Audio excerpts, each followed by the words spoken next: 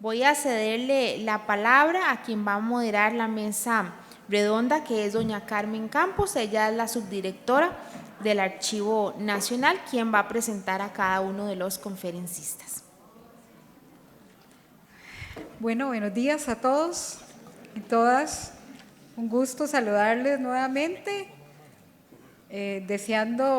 agradeciéndoles que continúen con nosotros ya en este tercer día. Realmente ha sido una jornada muy valiosa, con un tema definitivamente relevante en este momento para el país, para el Archivo Nacional y para el Sistema Nacional de Archivos. Así que muchísimas gracias a todos por continuar con nosotros. En esta oportunidad me voy a permitir moderar esta mesa redonda que lleva por título, como bien lo tienen en sus programas, Gestión de riesgos en el entorno digital para la continuidad del negocio. Una pregunta muy sencilla pero muy poderosa, ¿verdad? ¿Y qué hacer? Un poco para intentar responder por parte de nuestros panelistas a una de las preguntas que se hizo en la presentación del ADN, ¿verdad? El tema de los riesgos que implica todo este trabajo que estamos haciendo y todo el mundo digital en particular. Agradezco muchísimo, además, a los señores que nos acompañan hoy, a don Roberto Lemaire, a don Randall Barnett y a don Ricardo Villalón, quienes nos aceptaron muy generosamente la invitación a participar en esta mesa. Permítame hacer una breve presentación. Son tres personas con un currículum espectacular, sobre todo en esta temática, así que nos honra mucho la presencia y esperamos aprovecharles muchísimo en un tema tan importante como este. En primer lugar, a don Roberto Lemaire Picado. Él es egresado de la Maestría Profesional en Computación e Informática de la Universidad de Costa Rica. También es licenciado en Derecho por la misma universidad, ingeniero informático por la Universidad Estatal La Distancia y técnico de computación por el Colegio Vocacional Monseñor Sanabria. Es consultor en temas de derecho informático, protección de datos y seguridad de la información, brindando distintos talleres, foros, capacitaciones y asesorías en esta materia, y bueno, hoy aquí con nosotros.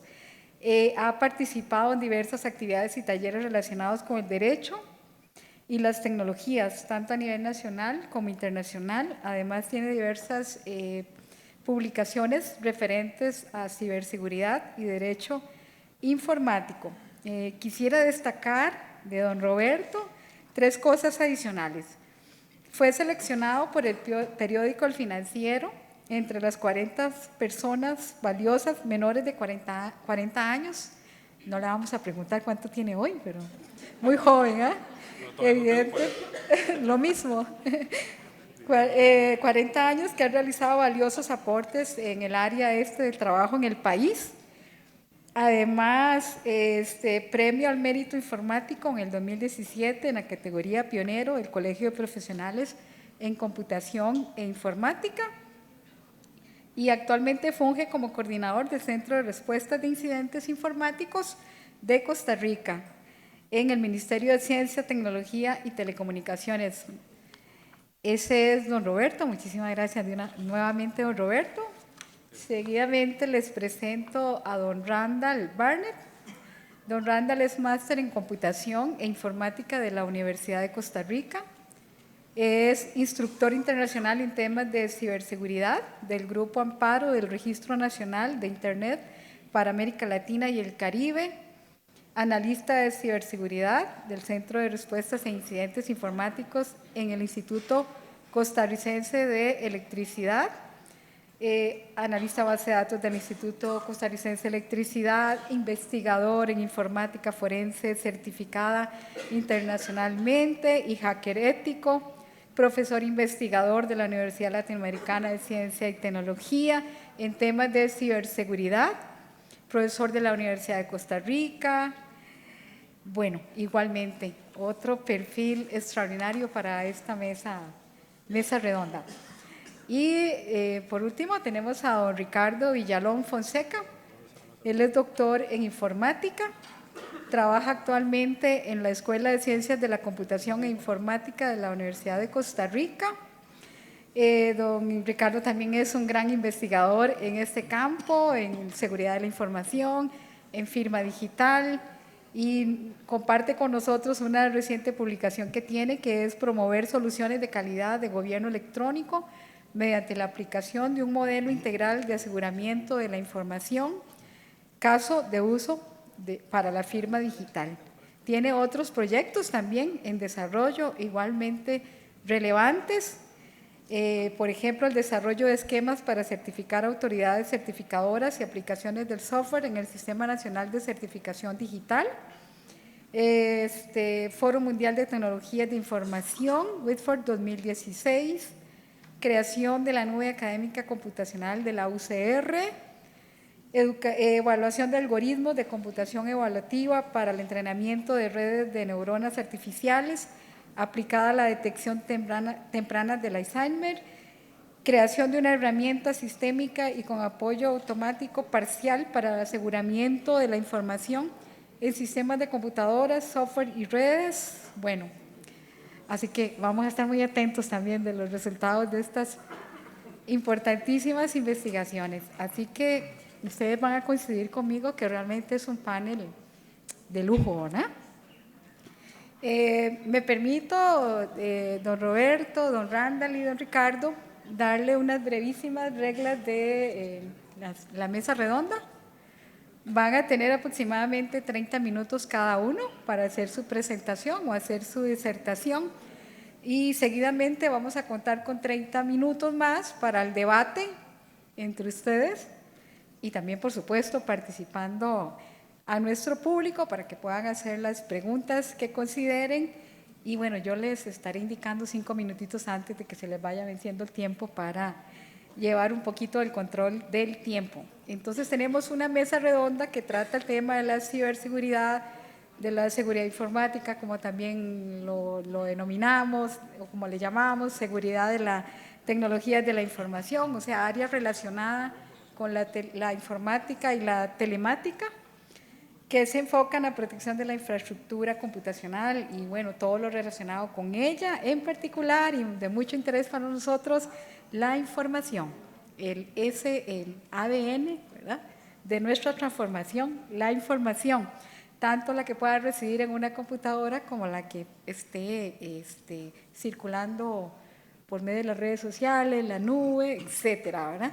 Vamos a analizar entonces, con la ayuda de nuestros panelistas, el tema del análisis de los riesgos, que es un proceso que evidentemente, técnicamente hablando, significa la identificación de los activos informáticos, a sus vulnerabilidades y amenazas a que estamos expuestos, así como la probabilidad de su ocurrencia y, por supuesto, el impacto que esto pueda generar, a fin de poder determinar los controles adecuados para, muy importante, siento yo, poder aceptar que evidentemente hay riesgos eminentes en esta materia, poder disminuirlos, trasladarlos o bien evitar que ocurran estos riesgos, tomando en cuenta que la materialización de un riesgo pues evidentemente genera daños y pérdidas, entre ellas financieras, administrativas y particularmente de información.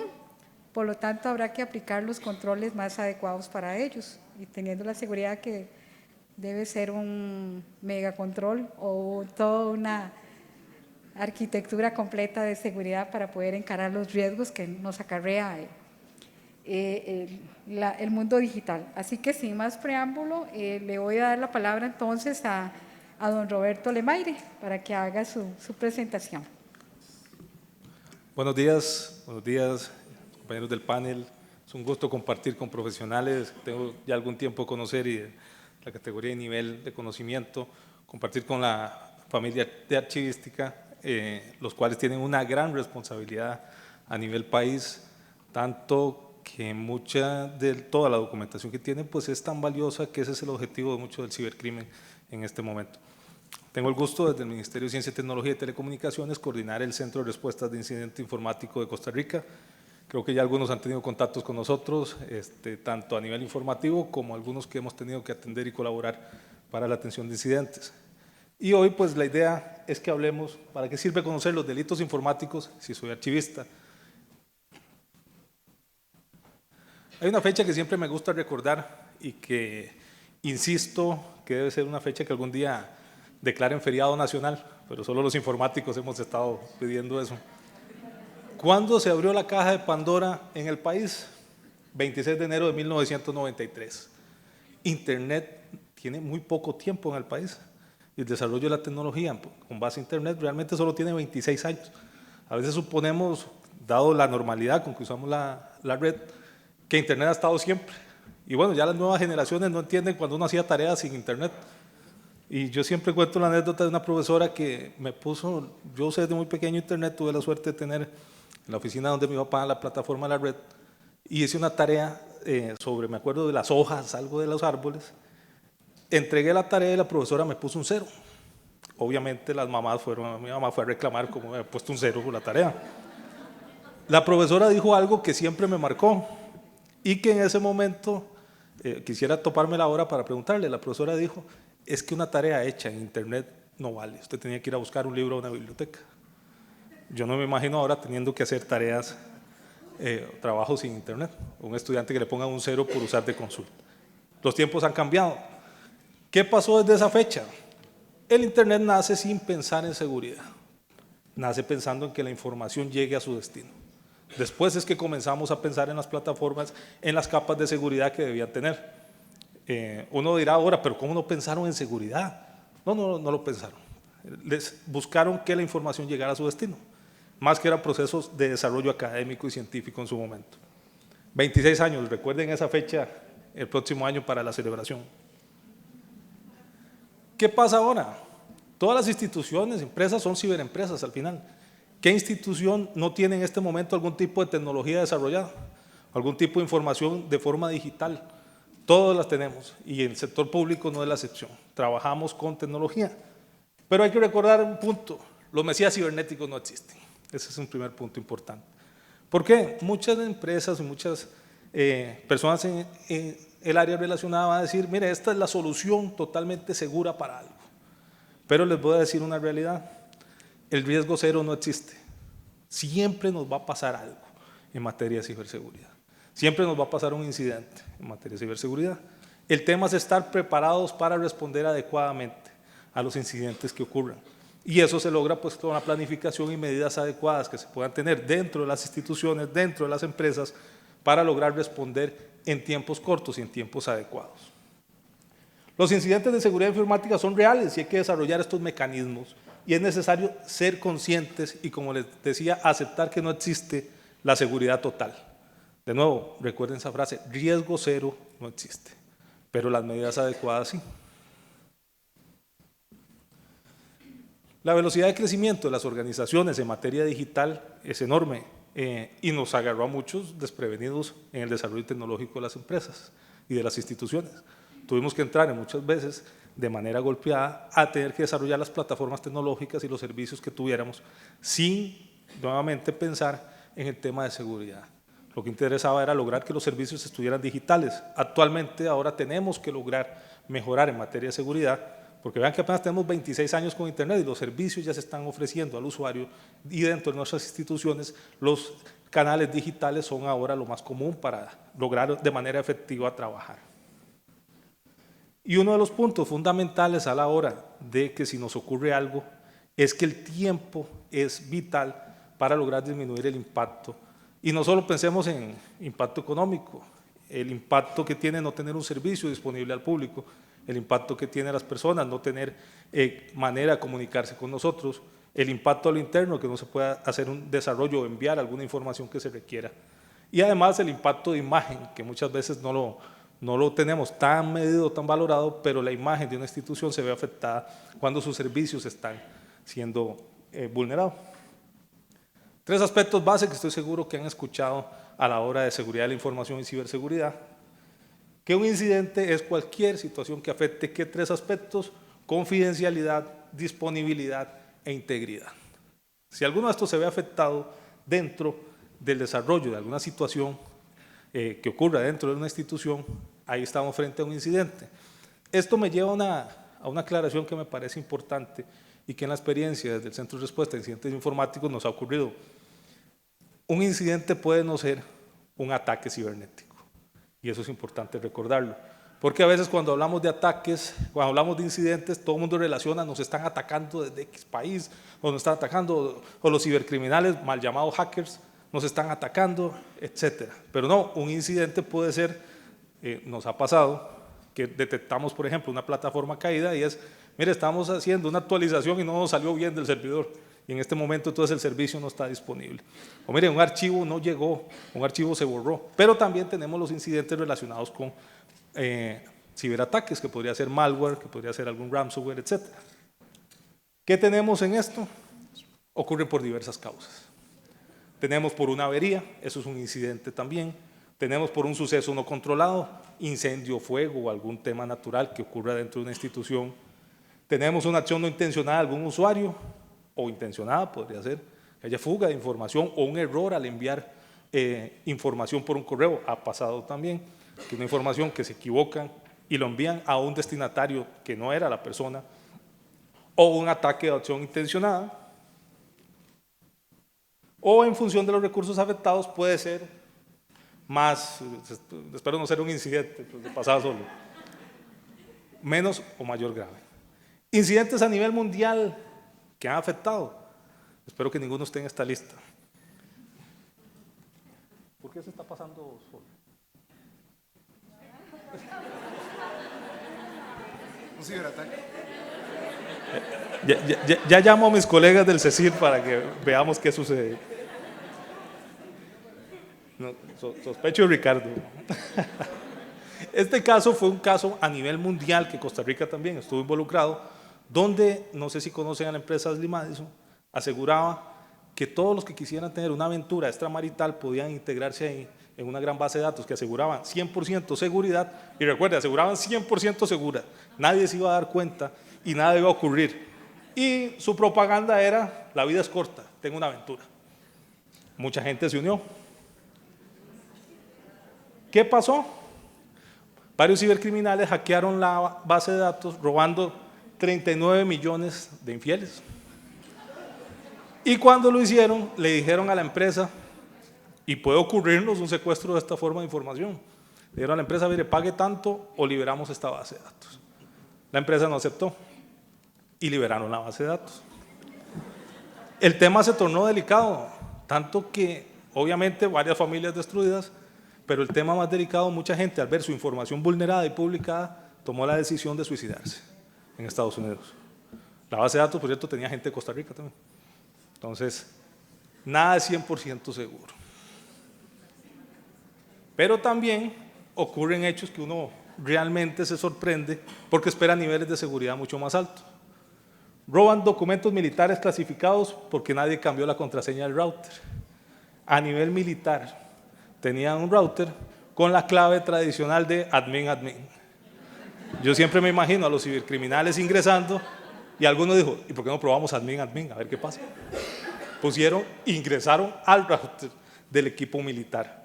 Los investigadores dijeron que posiblemente los que hicieron el ataque no eran tan expertos porque realmente pudieron haber obtenido mucha más información que todo el tiempo que estuvieron conectados. ¿Qué está pasando a nivel regional? Estos son los incidentes que más está pasando en Latinoamérica. Tenemos infección por malware, que eso es algo que nuestras instituciones está afectando bastante. Tenemos por ransomware, y los que no conozcan qué es un ransomware, ahora la información la secuestran y piden un rescate, normalmente en alguna criptomoneda, Bitcoin, y que le piden, le secuestran la información, la tienen cifrada, la tienen controlada, y si usted no paga no le dan la clave para volver a descifrar la información.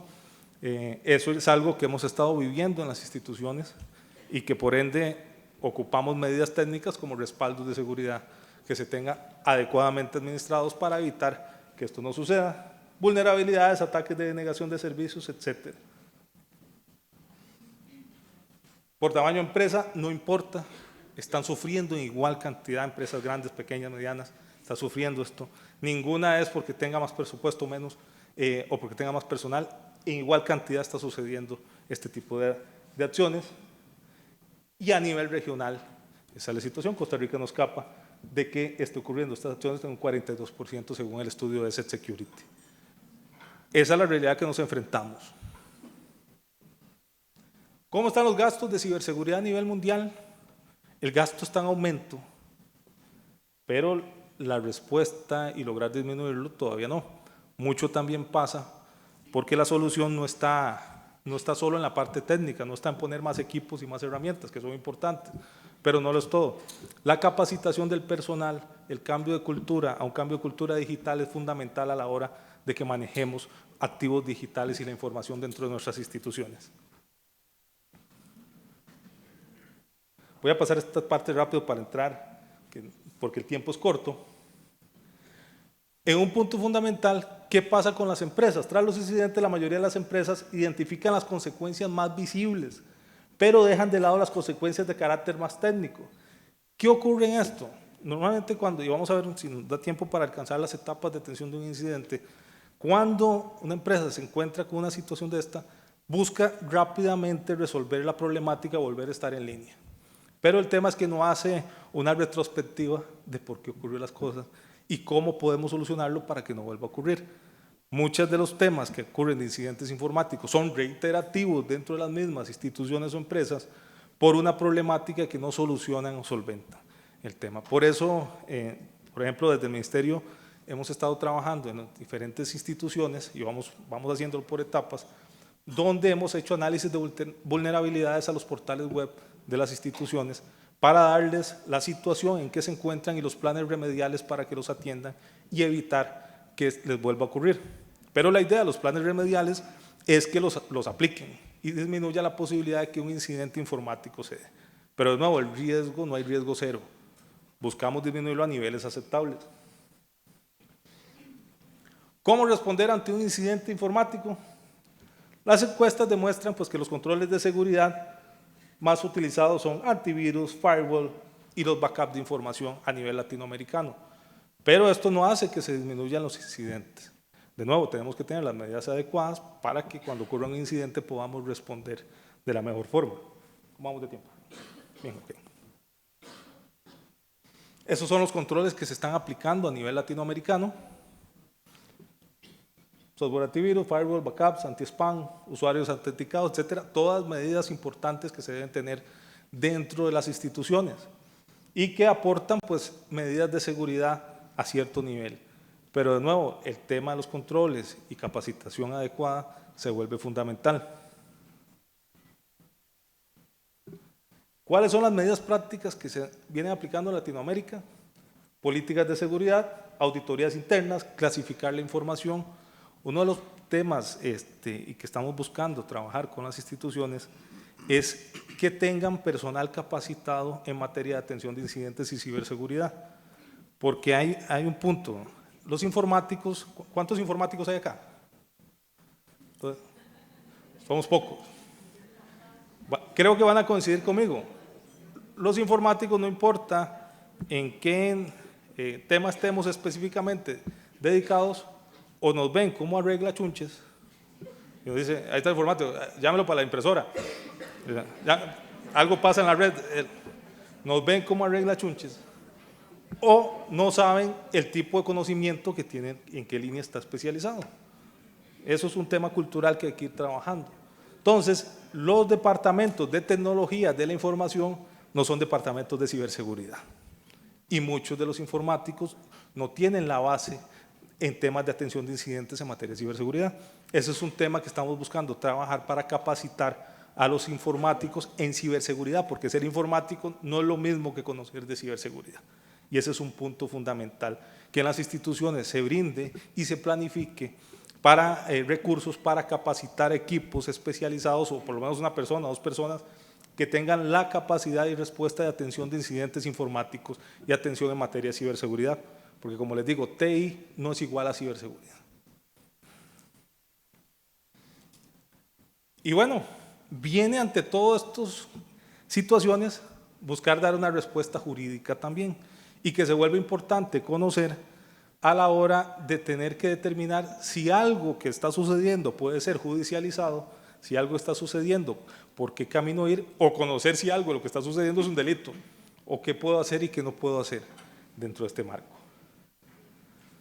Uno de los puntos que creo que ya por ahí han escuchado, tenemos la Ley de Protección de la Persona frente al tratamiento de sus datos personales, tenemos la Agencia de Protección de Datos, que busca proteger o busca que se administre adecuadamente las bases de datos de información, tanto impresa como digital. La normativa incluye a ambos escenarios.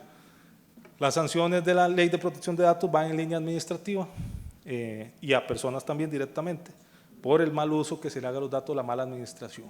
Entonces, ese es un punto importante que sepan que existe y que está la Agencia de Protección de Datos dentro de este. Derechos que tienen las personas, el acceso, la rectificación o supresión y consentir la cesión de sus datos. Eso es importante que la recuerden. Una que me parece fundamental también reiterar, y que sé que don Alexander en este tema está mucho más versado que uno, la ley de firma digital y documentos electrónicos y su reglamento. En este aspecto, la firma digital, certificado oficial, lo dije bien, Alexander, sí, ¿verdad? El certificado oficial del país es el único elemento técnico que tiene respaldo jurídico. Tiene una ley que le permite entonces todo un marco de acción. Debemos aprovecharlo y utilizarlo para tanto nuestros trámites como para que las personas puedan hacerlos bajo los servicios de firma digital, esta tramitología. Eso es fundamental porque además da un respaldo por ley y eso nos da seguridad jurídica. Eso es importante tenerlo presente. ¿Y por qué? Autenticidad, integridad y no repudio, los tres elementos principales que nos da firma digital. Y viene el Código Penal. Código Penal que sufrió esta reforma en el 2012-2013, que integró más de 20 nuevos delitos en materia de delitos informáticos, que es importante rápidamente que los conozcan, porque sé que ya el tiempo se me va agotando, que tenemos delitos relacionados, que me interesó ver algunos relacionados con el tema de archivistas, violación de correspondencia o comunicaciones, para que los tengan presentes que existe, y que tiene un agravante importante para quienes, las personas encargadas de la recolección, entrega o salvaguarda de los documentos o comunicaciones. Eso es importante saber, que los que estamos encargados de administrar información y salvaguardarle demás, tenemos una pena más alta si alguien realiza alguna acción contra la información que se tenga contenida ahí. Pero también para los informáticos. Las personas encargadas de administrar o dar soporte al sistema de red informática tienen una pena más alta cuando si realizan alguna acción relacionada con una violación de correspondencia o comunicaciones, información no dirigida a ellos.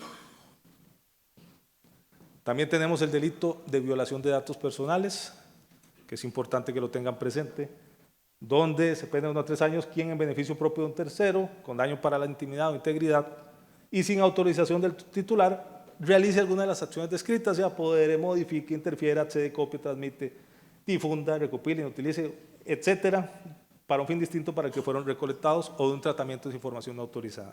Recordemos que un dato personal es cualquiera que identifique a una persona directamente o que en su conjunto haga identificable a una persona. Todos trabajamos con datos personales, discutiblemente. Y adivinen a quién hay una pena más alta en estos casos. De nuevo, las personas encargadas de la salvaguarda o las personas encargadas del soporte y mantenimiento. También tenemos delitos relacionados con daño informático, que puede ser realizado por alguien de archivista, 1 a 3 años al que sin autorización se le hubiera concedido en perjuicio de un tercero, suprima o destruye información contenida en un sistema de red informática. Y aumenta si la información se vuelve irrecuperable.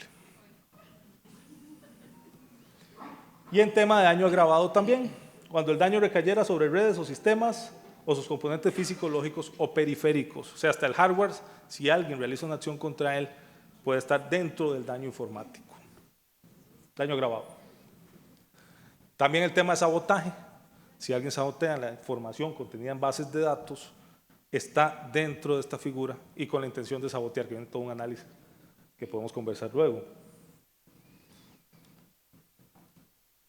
Suplantación de identidad, que es importante que lo conozcan porque muchas instituciones, empresas o a nivel personal pueden sufrir una suplantación de identidad y el tipo penal lo contempla para las personas físicas, jurídicas o marca. Entonces, si una institución sufre una suplantación, podría como persona jurídica ir a poner la denuncia por una investigación de que suplanten a su institución en alguna red social. Tenemos también la figura de espionaje informático, al que sin autorización, valiéndose cualquier manipulación, se apodere, transmita, modifique, destruye, utilice o bloquee o recicle información de valor para el tráfico económico de la industria y el comercio. Y este es un delito muy amplio de instalación o propagación de programas informáticos maliciosos, donde si alguien realiza alguna acción, donde instale dentro de sus sitios web, donde distribuya desde sus sitios, o una persona distribuya software malicioso, que es este malware, virus, troyanos, etcétera, estaría dentro de una figura y Costa Rica pena este tipo de acciones. Suplantación de páginas electrónicas, también para que sepan que existe la figura. Y si el sitio, la primera parte describe que si el sitio se suplanta, ya hay una pena de 1 a 3 años. Pero si además el sitio captura información de las personas, la pena aumenta. Y si alguien utiliza sus plataformas para facilitar o utiliza algunos medios tecnológicos para facilitar los delitos informáticos descritos, la pena es de 1 a 4 años. Por ejemplo, en los casos donde las personas facilitan sus cuentas bancarias para que se realice una estafa informática. O pongamos el escenario de que alguien facilita sus plataformas de servidores, equipos, etcétera, para ponerlo al servicio de alguno de los delitos. Esa persona que facilita estaría dentro de esta figura. Igual está el delito de difusión de información falsa que afecte temas relacionados con perjuicios financieros o al sector financiero. Entonces, rápidamente, ¿cómo atendemos un incidente? El primer paso consiste en estimar las necesidades para la gestión de incidentes. Es una fase de preparación. ¿Qué implica esto? Tener personal que va a trabajar en la gestión de incidentes si ocurriera. Por eso es importante comenzar a planificar y capacitar a las personas que van a dedicarse a esta área, van a dedicarse a atender los tipos de incidentes. Documentar los sistemas y redes que se usan en la institución para determinar qué es normal en una actividad de nuestro día a día y qué sale del contexto o qué sale de la normalidad de los procesos que realizamos para tener algún tipo de mapeo que nos permita tener indicios de los incidentes que ocurren. Un punto importante es registrar los contactos de terceras partes. Muchas veces tenemos subcontratados, empresas que se encargan de la parte tecnológica, entonces, ¿a quién llamamos de esas empresas para que atienda rápidamente si nos está ocurriendo alguno de estos tipos de incidentes? Saber que existen los centros de respuesta y en el caso nuestro a nivel nacional, saber que existe el CECIR nacional, que es el director de orquesta en materia de ciberseguridad a nivel país y que buscamos colaborar y ayudar, gracias, para mejorar la atención de incidentes a nivel institucional y a nivel público.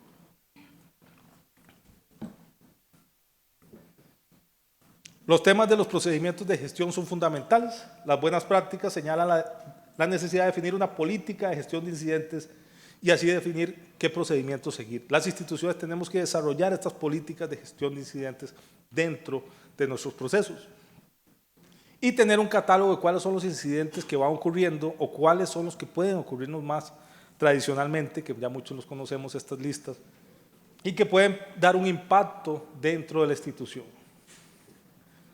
La fase 2, obviamente, va a ser una detección y análisis, y obviamente no se puede gestionar si no ha ocurrido un incidente, pero en caso de que ocurra, hay que ver los indicadores.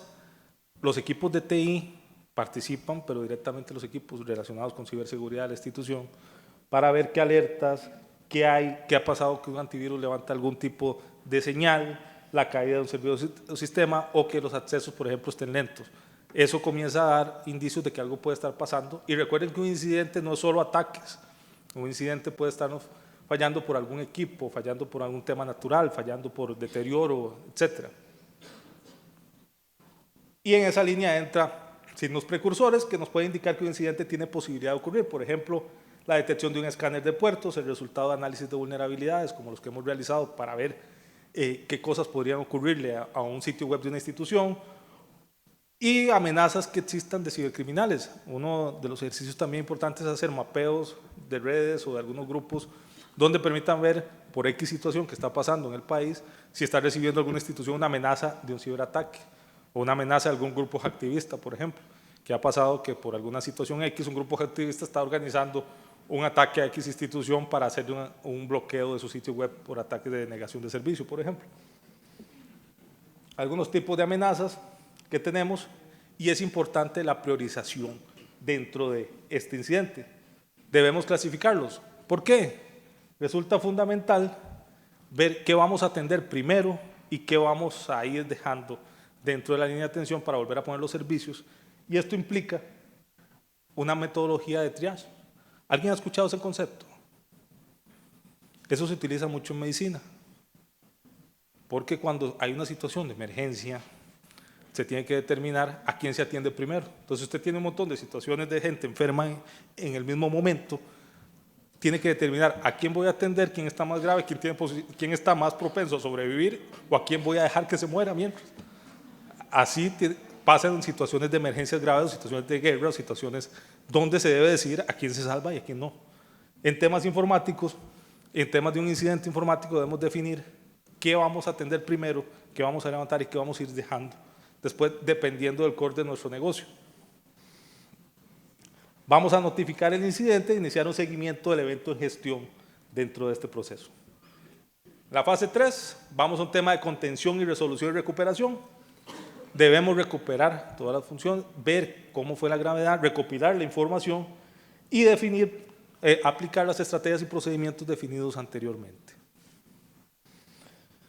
Ya contenido el ataque, vemos qué sistemas están afectados, va a pasar a un tema de revisión, eliminar los componentes asociados y volver a poner en funcionamiento nuestros sistemas. Hay un poco de actividades de resolución y actividades de recuperación. Yo espero compartirles la presentación para que puedan ver con más detalle estas fases.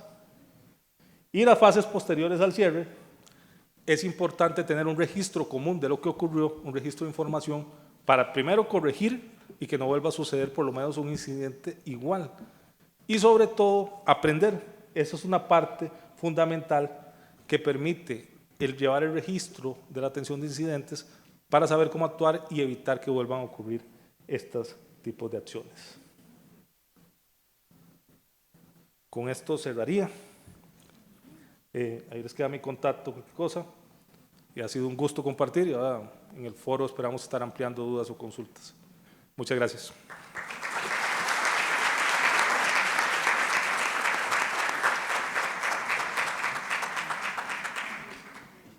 Bueno, muchísimas gracias a don Roberto, muy puntual con el tiempo. Agradezco mucho, pienso que don Roberto nos ha dejado algunas ideas centrales muy importantes y nos hace una propuesta, ¿verdad?, de un día feriado, el 26 de febrero era, de nacimiento de Internet, así que señor director tome nota, ¿verdad? Nos da la mala noticia de que no hay, o nos recuerda que no hay riesgo cero. Creo que eso es importante destacar. Y por el otro lado, en contraposición, que la mejor forma es prepararnos, que sí podemos prepararnos para enfrentar ese riesgo cero más, y que el tiempo es vital para poder atender un incidente que nos pueda presentar. Normalmente reaccionamos o hay impacto en la prestación de servicios y en la imagen de una institución. Sin embargo, no debemos de olvidar que hay que buscar las causas reales y no solo centrarnos en la restauración de los servicios, sino que tenemos que buscar cuál fue el problema para poderlo enfrentar, prepararnos y que no nos vuelva a suceder. Nos hace la diferencia, ahora hace una caracterización de qué es un incidente, por qué lo llamamos ataque o qué significa un ataque y qué es lo que realmente sucede. Nos plantea algunos ejemplos para acercarnos a la temática y nos dice que es importante pues tener medidas y que sobre todo que es muy importante tener personas preparadas en este campo, ¿verdad? Eso creo que también es fundamental, lo cual constituye un desafío porque ante los limitados recursos que tenemos, cómo hacer para poder organizarnos y que siempre podamos tener personas capacitadas para ayudarnos a enfrentar estas situaciones en la institución. Nos habla de la importancia de la firma digital en todo este contexto y bueno, ni qué decir de este recorrido rápido por el cuerpo normativo también para establecer sobre todo, bueno, los delitos y las sanciones que vienen asociadas, que esperamos nunca vernos enfrentados a una situación como esas y que por eso estamos hoy aquí, ¿verdad? Para aprender y evitar que nos suceda una situación como estas. Y bueno, y termina haciéndonos un recorrido por lo que él denomina los pasos, ¿verdad? Para encarar, para enfrentar la aparición o un incidente tecnológico. Así que muchísimas gracias a don Roberto. Vayan haciendo sus preguntas para al final someterlas a nuestros panelistas. Les recuerdo poner el nombre, ¿verdad? A quién va dirigida la pregunta para facilidad al final del proceso. Y le pido entonces a don Randall que nos acompañe, quien tiene seguidamente la palabra. Muchas gracias. Buenos días. Mi nombre es Randall Barnett.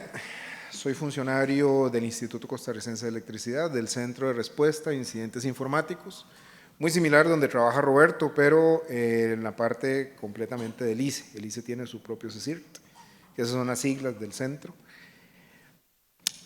Voy a empezar diciendo un nombre, Sayano Shishenska. ¿Lo identifican? Bueno, es una central hidroeléctrica cerca de Siberia, en un pueblo que se llama Sayanogorsk, en Rusia. Más o menos el otro mes se cumplen exactamente 10 años del primer ciberataque exitoso contra una central eléctrica. Mucha gente cree que para los que estamos en este campo, que el primer ataque fue en 2010 contra una central nuclear llamada Natanz en Irán. No fue ese el primero fue ese, del que les estoy hablando, en la Federación Rusa. ¿Por qué se los menciono? Bueno, ya casi aterrizo en ese sentido. Las centrales hidroeléctricas tienen su generador eléctrico que funciona con la fuerza que el agua le da a unas aspas que hacen girar un eje metálico y a su vez genera un campo eléctrico, ¿sí? El ICE tiene montones de represas hidroeléctricas. En este caso en particular, al igual que las del ICE, la infraestructura de esas represas representa aproximadamente en dimensiones unos 3 pisos de altura. En el caso de las represas están pisos hacia abajo. No tengo que decirles que los aparatos que generan la electricidad pesan toneladas, ¿verdad? Y que son manipulados por sistemas que se llaman sistemas SCADA, que en donde muestran en pantallas a los técnicos toda la información que esos sistemas van generando. La velocidad en la que giran las aspas, la cantidad de energía eléctrica que están produciendo, etcétera, etcétera. La velocidad con la que el agua baja a través de ese tubo madre y llega a las aspas para mover y generar energía eléctrica. Me imagino que más de alguno de ustedes ha ido a pasear a Guanacaste, ¿sí? Y han visto que en el camino hay unas grandes torres tubulares pintadas de rojo y blanco, ¿sí? Bueno, cerca de las represas hidroeléctricas existen esas torres. Esas torres sirven porque el agua que baja por el tubo madre, cuando golpea las aspas, se devuelve. Eso se le dice golpe de ariete. Lo que hacen esas torres es recibir ese golpe de ariete y bajar el impacto del agua, para que las máquinas no se frieguen, ¿sí? Porque pueden salir disparadas por el aire. Bueno, volviendo a la parte rusa, resulta ser de que probaron una ciberarma contra los sistemas SCADA de esta represa rusa. Fue tal el acceso que tuvieron que cambiaron los números que esos sistemas SCADA presentan y la medición con la que giraban las aspas fue tal que se desprendieron desde su base, 3 pisos bajo tierra, y salieron disparadas varios metros en el aire. De las 5 turbinas, 2 salieron disparadas en el aire, obviamente despedazaron el techo. Gracias a la inundación causada por eso, en Sayanogorsk, más las muertes de los técnicos, fueron 64 decesos. Es decir, el primer ciberataque registrado de la historia causó 64 muertes. Ya se considera que los códigos y los códigos maliciosos ya no solamente te friegan el Word o que no puedas encender tu celular, sino que ya causan muertes. Es decir, se convierten en ciberarmas. No es una bala lo que te mata, es un código. Para que ustedes más o menos aterricen en el contexto, el Instituto Costarricense de Electricidad tiene ya bastantes años, hemos pasado por muchas etapas de madurez con respecto a la generación al aseguramiento de sistemas de gestión de la información. Tenemos ahorita un modelo integrado de seguridad corporativa en donde se dan todas las directrices, normativas, procedimientos, guías, entrenamientos, software, gente especializada para proteger lo que nosotros llamamos Sistema Crítico de Infraestructura Nacional. ¿A qué sistema estamos hablando? La luz. Es decir, lo que les permite cargar sus celulares, lo que les permite tener luz en la cochera cuando meten el automóvil, etc. Bien, muchas veces nosotros damos por sentado la facilidad con la que en Costa Rica usted mueve la llave para que salga el agua y sale el agua. Prende el interruptor de la pared y hay luz en el bombillo, ¿cierto? Bueno, en muchos países eso no se da con tanta facilidad. Sin embargo, cuidar eso, que es parte de todo el conglomerado de infraestructuras críticas nacionales, es uno de los más importantes. Les cuento un cuento. ¿Sí conocen el cantón de Valverde Vega, zona norte, sí, todos esos lados? Bueno, en ese cantón hay tres ahora, a partir del 2013 hay 3. Está el río Toro Amarillo. El ICE hace muchos años creó la represa hidroeléctrica Toro 1 y la Toro 2.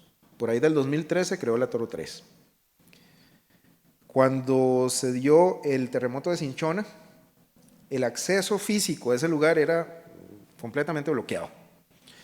¿Qué hacían los técnicos del ICE? Bueno, tenían que irse de Toro 1 por dentro a través de un túnel que comunica con Toro 2 para poder salir. Ese túnel, dentro de las obligaciones que tengo como funcionario del área en donde estoy, parte de las funciones es hacer análisis de vulnerabilidades de todas las infraestructuras, subestaciones, agencias, edificios del ICE, represas, etc. Estamos hablando de no solo hidroeléctrico, geotérmico, patios de solares, etc. El ICE es gigantesco. Resulta ser que para poder llegar allá y no dar toda la vuelta con el carro, y para ahorrarnos el combustible, pues decidimos hacer el viaje entre Toro 1 y Toro 2 por el túnel. Estamos hablando que es una caminata de 45 minutos, en donde tenés que ir en línea recta, diagonal, para arriba, línea recta, diagonal, para arriba y después línea recta.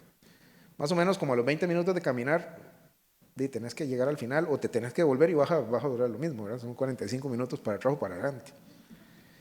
45 más 45, 90 minutos de viaje, solo de ida y vuelta, para llegar, recoger la información de los servidores y devolverte. Son trabajos que no se ven, ¿sí? Sin embargo, le permiten al costarricense cargar su celular, tener luz en la casa, ¿sí? Me imagino que a los de la IA, tener las bombas funcionando en las diferentes municipalidades para que el agua salga y llegue al tubo. Bien, ¿qué tiene que ver con ustedes con archivística? Bueno, tiene que ver todo. Resulta ser de que ustedes, en su entorno de trabajo, también deberían tomar en cuenta los riesgos inherentes a la ciberseguridad. Hablemoslo así, la seguridad cibernética en su totalidad, porque hay diferentes tipos de seguridad: seguridad electrónica, seguridad de la información, ciberseguridad, seguridad perimetral, cada uno con sus diferentes especialistas. La academia tiene que ver mucho. La razón es que si hay carreras que formen profesionales en esas áreas, El mercado costarricense va a necesitar nuevos campos de acción para que esos profesionales trabajen y puedan desarrollar sus habilidades, ¿sí? Ahora bien, Costa Rica, al igual que muchos países en el mundo, ha movido su negocio o sus negocios a donde la tecnología apunte. Hoy en día es al revés. Uno debería mover el negocio, ¿sí? Uno debería mover la tecnología hacia donde el negocio apunte. La razón es que la tecnología es solamente una herramienta y no el fin. Así que le permite a usted no depender de proveedores, o no depender de cierta marca, o no depender de ciertos profesionales para poder decidir hacia dónde quiere producir. Costa Rica está en este momento, en la Revolución 4.0, en donde tenemos que pensar de forma lateral, decimos los informáticos, piense de manera diferente. Out of the box, dicen los gringos. Muchas veces estamos en nuestro escritorio y tal vez podemos arreglar un documento de un compañero que no está. Nos hace, perdón, el tiquismo, nos hacemos los majes, no, que lo arregle él. Los norteamericanos tienen, bueno, varias, pero hay 3 más usadas, acepciones para decir responsable: liable, accountable y responsible. El liable es el responsable legal, el accountable es el responsable por otros, y el responsible es el que básicamente presionó el botón de la bomba atómica, o sea, el directo. Muchas veces fungimos como mandos medios o mandos superiores o como subalternos y tenemos responsabilidades por otros o por uno mismo. Básicamente definir la cancha, cuando hacemos un análisis de riesgos en nuestra empresa, tenemos que ver los procesos, ver los mapas de calor, ver la gente que está encargada de esos procesos. Así que sí, toda la parte de seguridad, no importa en el ámbito si es archivística, sobre todo en la parte de documentación de seguridad de la información, eso es de alta importancia para el país. La razón es que ustedes también son parte de la infraestructura crítica del país. ¿Por qué? Porque ustedes son los resguardos casi que de la memoria del país. La memoria legal, la memoria, etcétera. De todo lo que el país produce como documentación. El mundo está produciendo aproximadamente unos 6.7 zettabytes de información. ¿Les es familiar la palabra zettabyte? Bueno, me explico con un ejemplo. Un K de información podrían ser unos granitos de arena en unos granitos de arena en una cuchara. Un mega, una cuchara sopera llena de granitos de arena. Un gigabyte podría ser un camión lleno de granitos de arena. Un gigazetatera podría ser, no sé, medio país tapando las montañas llenas de granitos de arena. Un zettabyte podría ser Centroamérica completa llena de granitos de arena. Y ahí siguen para arriba. Y otabyte sería el continente completo lleno de granitos de arena, tapando las montañas, ¿verdad?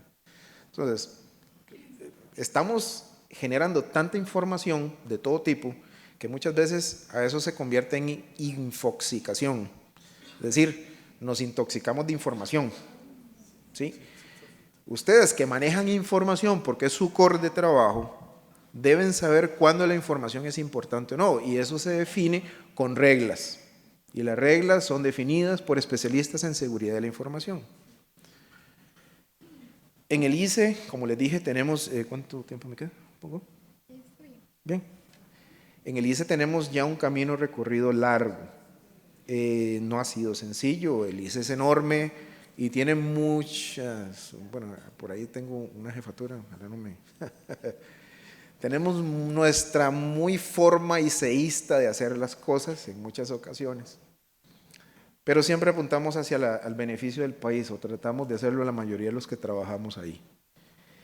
El instituto se ha preocupado por muchos años por velar por esa infraestructura crítica que es de ustedes, que les permite mantener una paz, digamos, institucional, que funcionen las cosas, que los carros estén en las calles. ¿Se acuerdan para la huelga de las gasolineras? Costa Rica duró 2 días y medio sin gasolina. Y de ahí todo se paralizó. Eso es lo que dura el país, esa es la ventana de atención. Después de 2 días y medio, pues caos total, todo el mundo a pie o no hay con qué quemar, ¿verdad? Porque todo el combustible se acabó, está varado. Pero lo que quiero que se lleven de este speech, de esta charla, es que a nivel internacional la seguridad cibernética, la Unión Europea, Asia-Pacífico, la zona de Latinoamérica es uno de los assets que más atención se le está poniendo por los gobiernos. Ustedes también están montados en eso. La seguridad cibernética es horizontal a todas las profesiones. ¿Quiénes, ojo la pregunta, quiénes no tienen un smartphone en este momento? ¿Quiénes no son dueños de un smartphone? Ninguno levantó, uno levantó la mano. ¿De cuántos hay aquí? 150 personas. 200. 2 por ahí, no son dueños de un smartphone. Y todos los demás, ustedes saben que ese smartphone es casi 1000 veces más potente que la computadora que llevó el Apolo 11 a la Luna. ¿Tienen idea que si hubieran tenido ese smartphone, los del Apolo 11 muy probablemente no habrían sufrido de ningún problema computacional? Bueno, a excepción de que sí hubiera consumido un poquito más de energía eléctrica, más sin embargo, si usted pone a comparar poder de cómputo de ese aparatejo que llegó allá contra el smartphone que ustedes tienen en la mano, tienen una supercomputadora. Y eso no se lo enseñan a usted cuando compra un smartphone. ¿Qué hace usted con el smartphone? Ver Facebook, YouTube, Netflix para los que tienen dinero. Muy pocos lo utilizan para ofimática, muy pocos lo utilizan para poder de cómputo, qué sé yo, de repente tenés Bitcoin y si querés minar, ahí lo pones, pues tal vez no mine mucho, pero puedes hacerlo. Es que ese es el asunto. Tomamos mucha la tecnología por omisión y no tenemos los cuidados que esta demanda. La tecnología, si usted un smartphone se le da a un niño, tome, entreténgase porque estoy aburrido de estarlo chineando. Mejor dele un arma y que se dispare en el pie. Puede caer en manos de un pedófilo. ¿Sí? 2013 el Ministerio de Salud declaró el suicidio infantil como problema de salud nacional. Costa Rica se nos está muriendo joven. Yo hace muchos años trabajé en el OIJ, en la sección de cárceles, y no es nada bonito ver a una persona ahorcada. No es como en las películas que hacen hasta feo y vuelven a ver a la cámara. No les voy a describir escenas de ese tipo, pero no es nada bonito ver todavía a un adolescente en la flor de la edad de ahorcado en el baño. ¿Por qué? Por el bullying.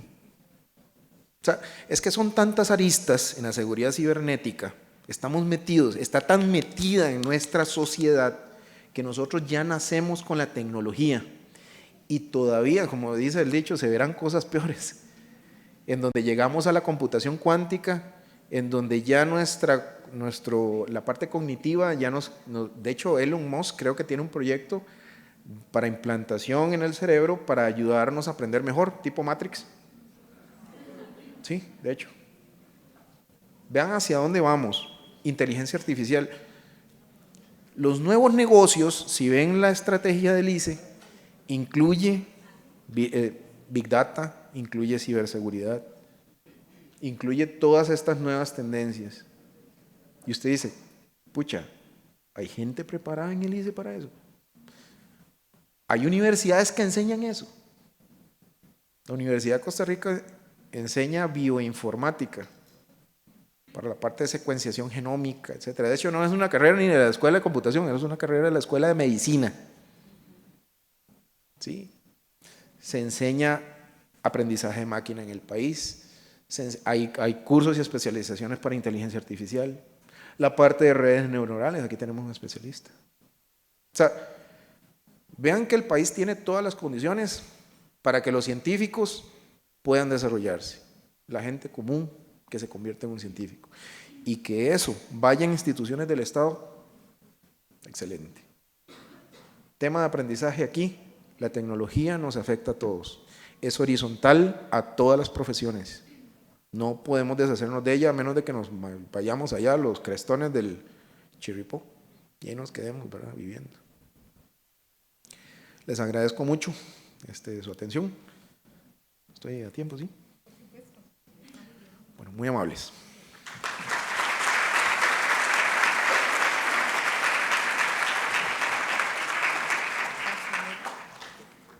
Bueno, vamos a continuar. Vamos muy bien de tiempo y los panelistas han sido muy puntuales. Don Randall, por supuesto, nos da una perspectiva muy amplia, nos saca del escenario, nos lleva al mundo y a los primeros incidentes tecnológicos donde nos recuerda y nos emplaza en cuáles pueden ser las consecuencias, ¿verdad? No solo tal vez imaginariamente en términos de la pérdida de la información, que es muy cercano a nosotros como archivistas, sino que también ya tiene que ver con las personas, ¿verdad?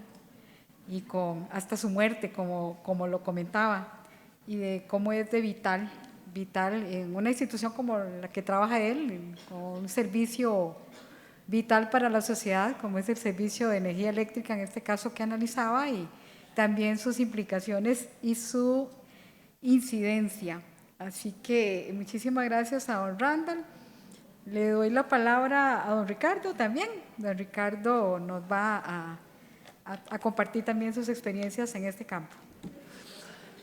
Bueno, muy buenas casi tardes.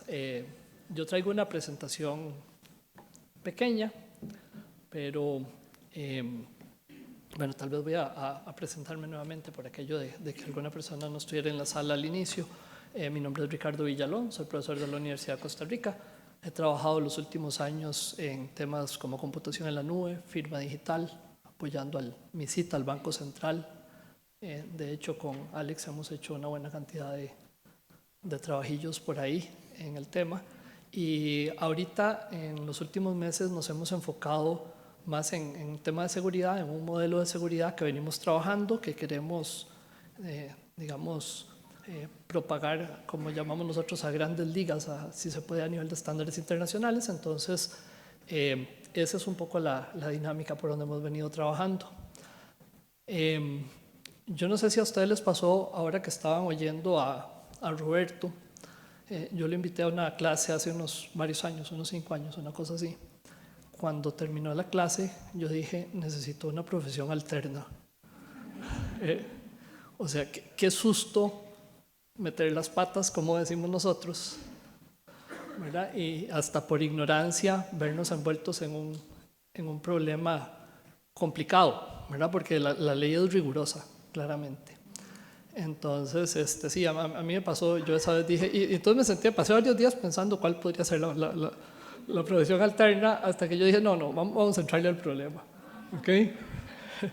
Y si a eso le sumamos el tema de una explosión como la que Randall nos presenta ahorita, uno dice, ok, y yo a veces no soy capaz ni de cuidar mi maletín o mi teléfono apropiadamente, y me mandan a cuidar una cosa grandota que no entiendo cómo funciona y no sé qué hacer, ¿okay? Entonces, y bueno, la presentación me parece que, perdón, la mesa redonda en sí, me parece que tiene un nombre muy apropiado, o sea, es ¿qué hacer? Porque realmente tenemos problemas, ¿verdad?, para saber qué hacer cuando nos meten con temas de seguridad. Y en el caso particular de la temática del Congreso que ponen ustedes ahí es gestión de riesgos para lo que es continuidad de negocio, ¿ok? Entonces, voy a dedicar el rato a que intentemos entender qué hacer, y entonces, así como yo en su momento dije, no, vamos a reducir ese miedo a que me metan a la cárcel por hacer alguna cosa incorrecta, incluso sin querer, ¿verdad? ¿Cómo entrarle al problema de la seguridad y a proteger mi negocio con un poco más de base? O sea, es que yo pienso que cuando uno reduce la incertidumbre, el problema se empieza a hacer pequeñito. Entonces intentemos que el problema se haga pequeñito, ¿okay? Aquí están. ¿Okay?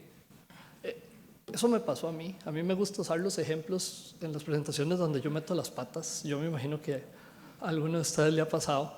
pero eso fue vergüenza de la propia grande, ¿verdad? Cuando yo dije trabajo en seguridad y se me quebró el teléfono tan simple, o sea, lo tenía así en una mesa, estaba revisando un aparatito y un tornillito se cayó y hace la pantalla. Eso fue lo que pasó. Y yo dije, ¿y dónde quedó el aseguramiento del teléfono? O sea, realmente me enojé conmigo mismo, porque lo peor de todo es que tiene protector. Eso es lo peor de todo, ¿ok? Entonces yo dije, pero si yo hice análisis de riesgos, yo me senté a pensar en vulnerabilidades y amenazas y toda la cosa, y después lo compré, ¿ok? No, grave, ¿no? Porque yo dije, pero si hice la tarea. Si lo ven, eso es lo mismo que le pasa a los sistemas informáticos cuando nos hackean, ¿verdad? O sea, yo creo que en general ya tenemos un nivel de conciencia apropiado como para saber que algo tenemos que hacer en seguridad. Y entonces digamos que hacemos nuestro máximo esfuerzo, nos reunimos y empezamos a hablar de vulnerabilidades y empezamos a hablar de amenazas y entonces tratamos de proponer cuáles son los riesgos, de qué nos tenemos que defender. Y ahí vamos y hacemos algo y al final nos golpean, ¿ok? Entonces, ¿qué podría estar fallando? ¿Okay? Yo hoy voy a tirar algunas ideas que en la literatura a veces se quedan de lado y empezamos los procesos de aseguramiento, digamos, en una etapa posterior a donde debimos haber empezado. Y entonces, por ahí va un poco el tema de la presentación. ¿Okay? Ese es un diagrama. No estaba pensado para esta audiencia, pero era el que tenía, me disculpan el inglés. ¿Qué pasa normalmente? Cuando queremos hacer seguridad, empezamos hablando de vulnerabilidades, amenazas y riesgos, ¿cierto? Casi todas las conversaciones que tienen que ver con seguridad empiezan con amenazas, vulnerabilidades y riesgos. Okay, yo hoy les quiero proponer, como mensaje importante de la presentación, que realmente hay que hacer algo antes de entrar en ese análisis. ¿Okay? Y entonces son cosas que incluso son más sencillas de establecer. ¿Okay? Como por ejemplo, tener claras cuáles son las políticas de mi negocio. Las cosas que incluso si quiero antojadizamente defino porque así quiero que funcione mi negocio. Esas tienen que estar claras. Si yo tengo esas claras, y ahora voy a hacer usar el ejemplo del teléfono para construir un poquito la solución. ¿Okay? Si yo tengo claro qué quiero como negocio, entonces posiblemente puedo establecer objetivos a nivel de mi organización derivados de esas decisiones racionales o antojadizas, no importa, se vale, ¿okay? Para lograr alcanzar los objetivos de mi negocio. Y a partir de ahí, puedo empezar a trabajar en objetivos de seguridad. Y es hasta después de eso que tiene sentido, si quiero tener un mayor nivel de confianza en lo que estoy haciendo, empezar a hablar de vulnerabilidades, amenazas y derivar riesgos y hacer todo ese proceso técnico que es complejísimo. ¿Okay? Y entonces con esto no voy a pretender reducir el nivel de complejidad de la seguridad. Lo que vamos a hacer es entrarle de una manera más específica, más apropiada para el problema que yo tengo que resolver. La seguridad es compleja ahorita y vamos a tratar de dimensionar por qué es compleja, o sea, para entender, porque la vemos como una masa muy diluida, difusa, ¿verdad? Y no entendemos por qué es que es compleja. Es porque es un problema muy grande y algunos elementos, en algunos puntos se vuelve muy técnica, pero en la base es un problema muy grande por atacar.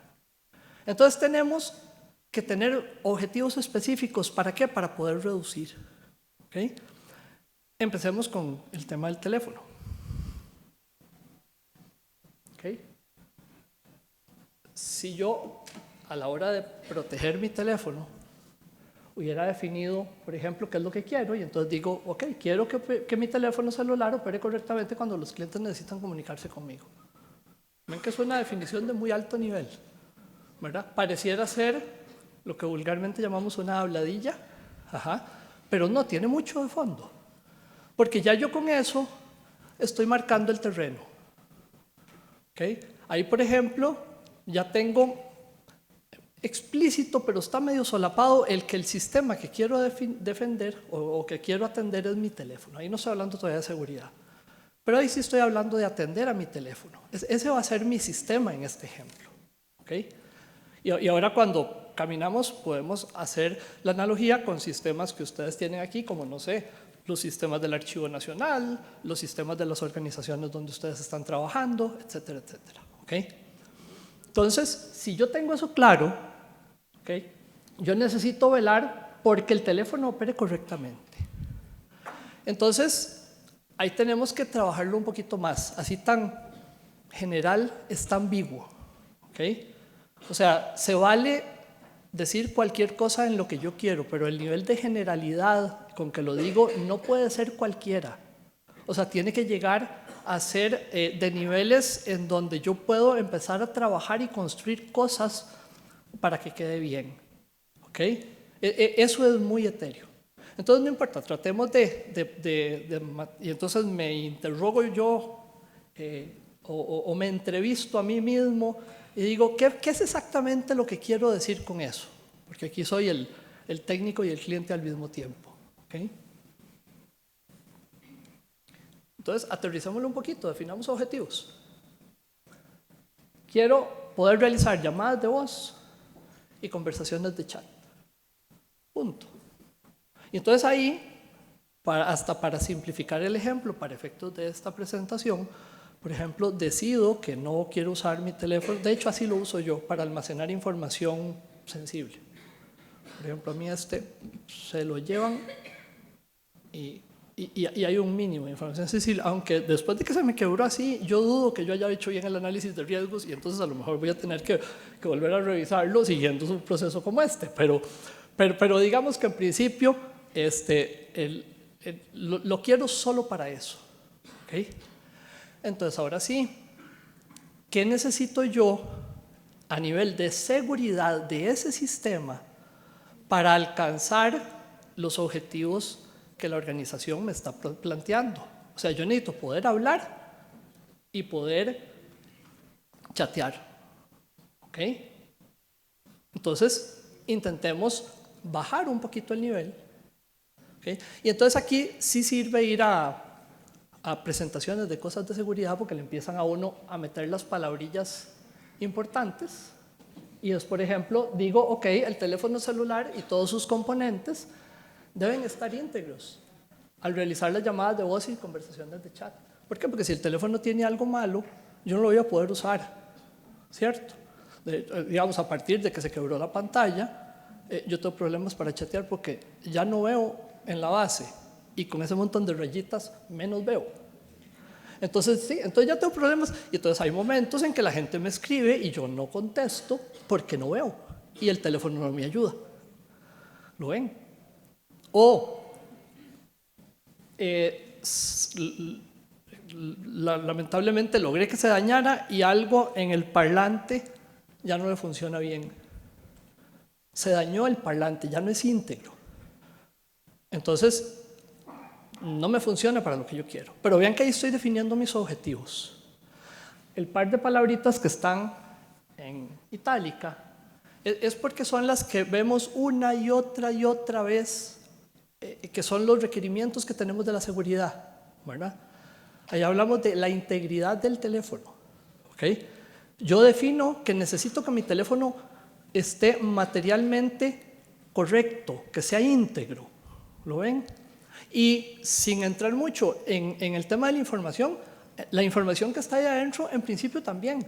O sea, el Android o el sistema operativo, el del Mac o el Windows Phone o como se llame, que yo tenga aquí adentro, también necesito que esté íntegro, si no, no va a funcionar bien. Entonces vean cómo ahí ya empiezo a marcar la cancha de qué es lo que yo necesito de la seguridad. Vean que para llegar a este nivel no necesariamente tenemos que ser informáticos. Lo que tenemos que hacer es sentarnos a pensar en qué es lo que queremos y hasta dónde necesitamos llegar. ¿Okay? Entonces, yo no necesito un profesional en informática para en este escenario, por ejemplo, definir, necesito que a mi teléfono no le pase nada. Y ahorita vamos a ver luego el análisis. ¿Qué hice yo? Yo este razonamiento que estoy haciendo aquí ahorita no lo hice. En su momento agarré y compré el teléfono y dije, ¿cómo lo protejo? Póngale un protector. Y ya.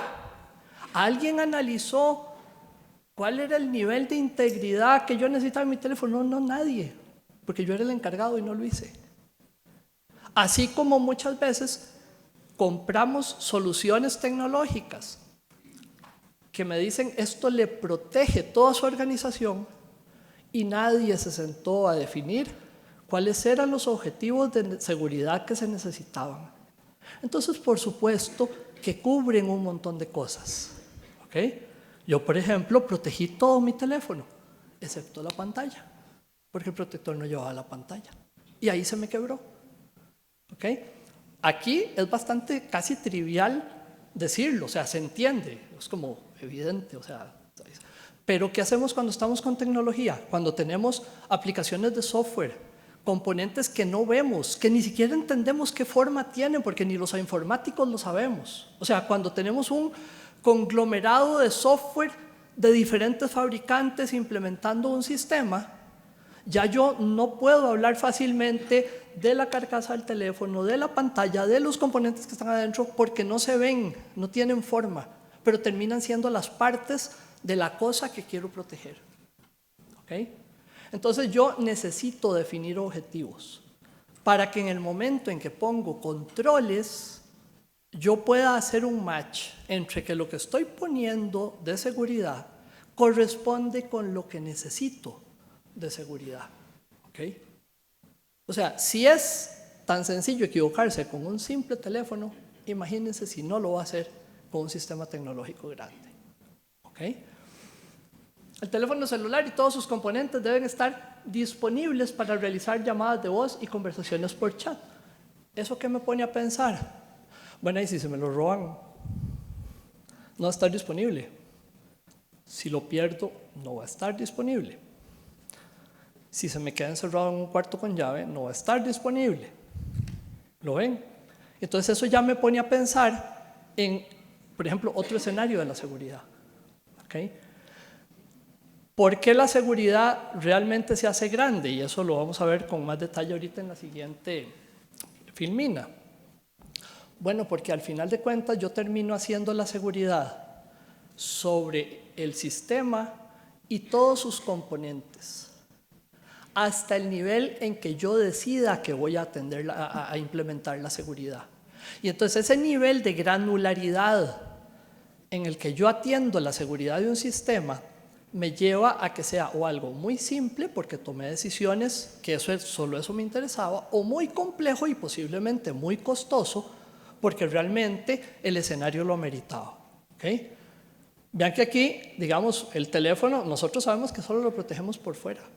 O sea, realmente no implementamos nada para todos y cada uno de los componentes que están adentro, porque ahí hacemos algunos supuestos que es normalmente lo que llamamos verdades base, que es decimos, no, suponemos que toda la estructura que está allá adentro está bien hecha y que no necesita que yo la asegure. Entonces, si bien es cierto, es parte de mi sistema, son piezas que yo asumo que no voy a tener que asegurar. Yo hablo mucho, entonces voy a pasar, porque no sé. Ajá. Sí, ok. Cuando ya yo definí mis objetivos, vean que definí, necesito que mi teléfono sea íntegro y necesito que mi teléfono esté disponible. Entonces vean qué interesante. Y ahora sí puedo empezar a rescarbar en todo el planeta cuáles son las vulnerabilidades, suponiendo que ya se me sale y no soy técnico, ¿okay? Y no soy profesional en seguridad. Entonces buscamos cuáles son las posibles vulnerabilidades para un teléfono que yo necesito que se mantenga íntegro y disponible. ¿Y cuáles son las posibles amenazas? ¿Okay?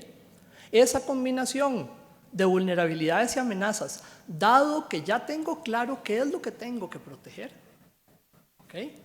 Porque si yo no logro definir qué tengo que proteger, posiblemente no voy para ningún lado. Y entonces piénsenlo en sus organizaciones. Cuando hay cosas que están como distribuidas, hay un equipo de trabajo que tiene los recursos tecnológicos, otro tal vez hace las aplicaciones, otro maneja los datos, pero todo es un sistema. Entonces se complica el tema de hacer la seguridad, pero es un tema más bien de cómo nos organizamos para protegerlo. Pero el sistema en sí es una unidad. ¿Okay? Si yo ya definí y delimité mi sistema, sea lo que sea, o sea, puede ser un teléfono, puede ser toda una nube, puede ser el escenario que nos presentó el compañero Randall. Entonces, en ese momento, podemos empezar, ven qué interesante, a iterar por todos y cada uno de los componentes del sistema. Y entonces hasta informáticamente se convierte en automatizable un poco la seguridad. ¿Okay? Empezamos a iterar por los elementos tratando de atender los requerimientos de seguridad que acabamos de definir, que yo definí son solo disponibilidad e integridad. Si me equivoco allá arriba en los objetivos, salado. O sea, ahí ya no hay nada que hacer. O sea, si yo tenía que atender temas de confidencialidad de la información del teléfono y no los definía ahí, va a pasar lo mismo que pasa cuando uno compra chunches para ponerle seguridad al sistema y no tiene muy claro por qué los está poniendo. ¿Okay? Y como les digo, en tecnología es difícil ver cuál fue la omisión, porque si no la veo uno en el mundo real, menos con aparatos tecnológicos, en donde casi nunca hay una persona que diga yo conozco el 100% y a profundidad del sistema que tengo aquí al frente. Eso ya no pasa. ¿Verdad? Los niveles de complejidad son tales que ya no nos podemos dar el lujo de decir eso. ¿Okay? Entonces, ahí ya podemos empezar a hablar de vulnerabilidades, podemos empezar a hablar de amenazas. Miren qué interesante, en la literatura se revuelve mucho y parece no haber claridad en qué es una vulnerabilidad y qué es una amenaza. La vulnerabilidad es una debilidad en mi sistema. ¿Okay? Por ejemplo, este ejemplo me gusta usarlo. Superman es vulnerable a la kriptonita. A Superman no le va a pasar nada en el tanto no tenga la amenaza de tener kriptonita cerca. ¿Lo ven? En cambio, Lisa Lane puede tener la kriptonita a la par, que no le va a pasar nada, porque no es vulnerable. ¿Lo ven? Entonces, ¿qué es lo que pasa? Que en los procesos de aseguramiento, al rato empezamos a proteger a Lisa Lane de la kriptonita. Y alguien evaluó si eso tenía sentido, porque me venden o me instalan aparatos que dicen esto lo protege contra todo lo que usted necesita. ¿Y cómo sabe que es todo lo que yo necesito si no se lo he dicho? ¿Lo ven?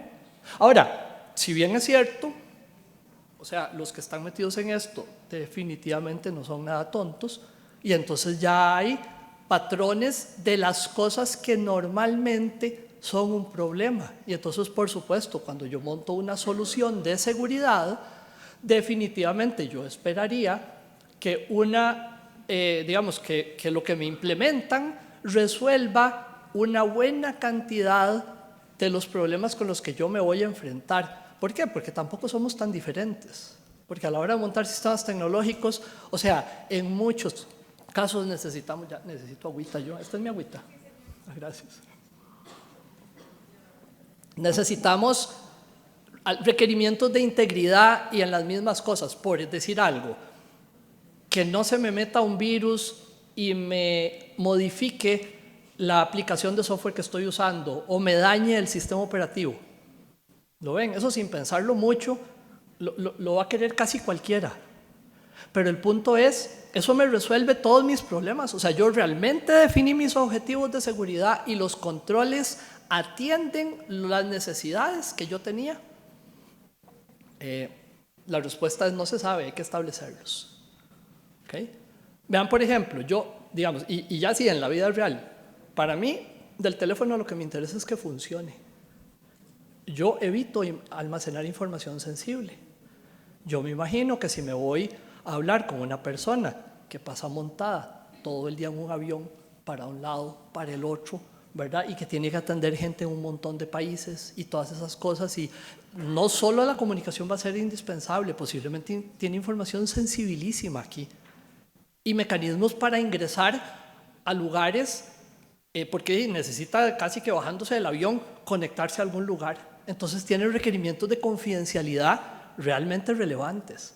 tiene requerimientos de autenticación para poderse identificar apropiadamente cuando se conecta a un sistema que son realmente relevantes.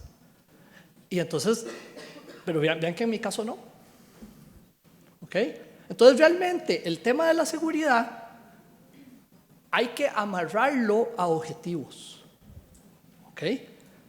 Cuando tenemos objetivos claros y en esos no nos podemos equivocar porque entonces el análisis siguiente va a estar incompleto. ¿Ok? Entonces ya ahora sí, empecemos a hablar de vulnerabilidades, empecemos a hablar de amenazas. Y cuando se junta una vulnerabilidad con una amenaza, digamos, que hace la contraparte, entonces caemos, perdón, ahorita me devuelva esta, caemos a la definición de un riesgo. ¿Lo ven? Un objeto pesado con punta puede golpear la pantalla del teléfono y quebrarla. Ese quebrarla me hace, precisamente, me hace referencia al servicio o al requerimiento de seguridad que se está violentando, que es el de la integridad.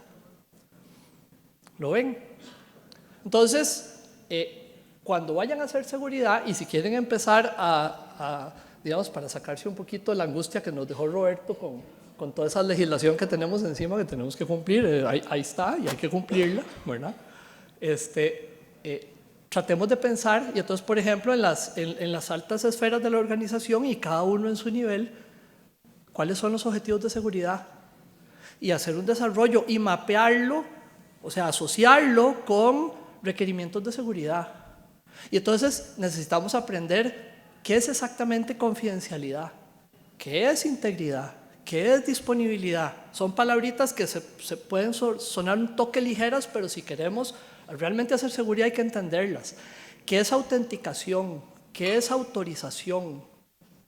¿Qué es auditoría? ¿Qué es no repudio? ¿Okay? O sea, es una lista importante de servicios, de objetivos que perseguimos con los temas de seguridad. Y entonces ahorita yo estoy aquí generando una de las condiciones, digamos, o por lo menos describiendo, no generando, de por qué la seguridad es compleja.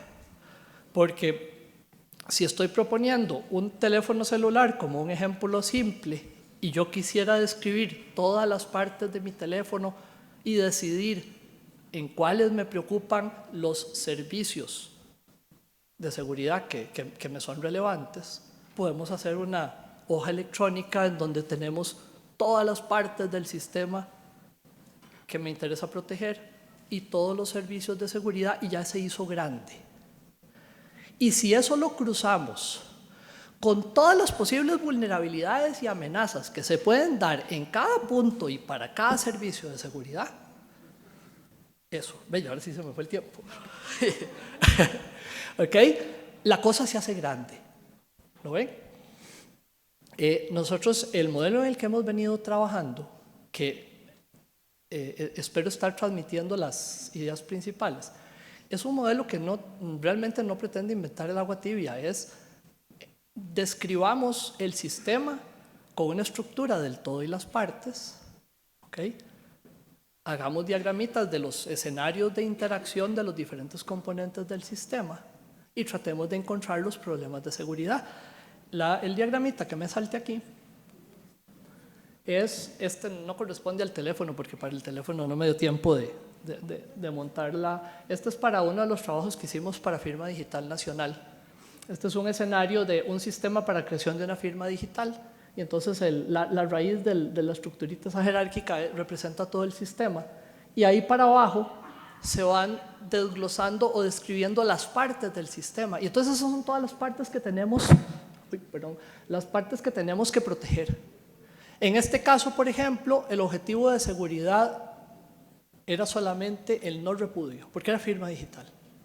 O sea, ahí teníamos un objetivo, es que nadie pueda decir yo no fui aquí porque sí fue, digamos, y porque la ley lo manda y que con peso pueda decir yo no fui, ¿verdad? Que no me pueda quitar.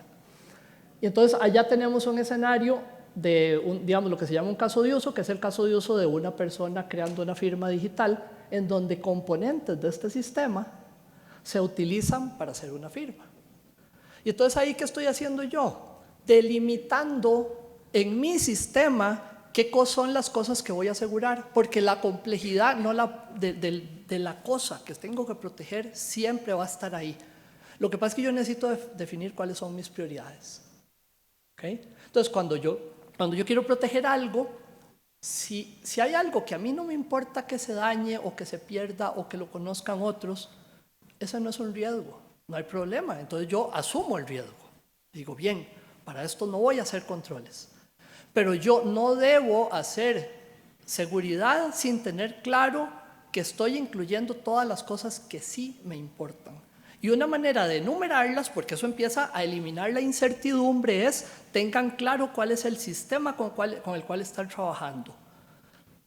Describan su sistema en sus partes y traten de aterrizar cuáles son los requerimientos de seguridad usando esas palabritas mágicas de integridad, confidencialidad, disponibilidad, etcétera, etcétera, etcétera.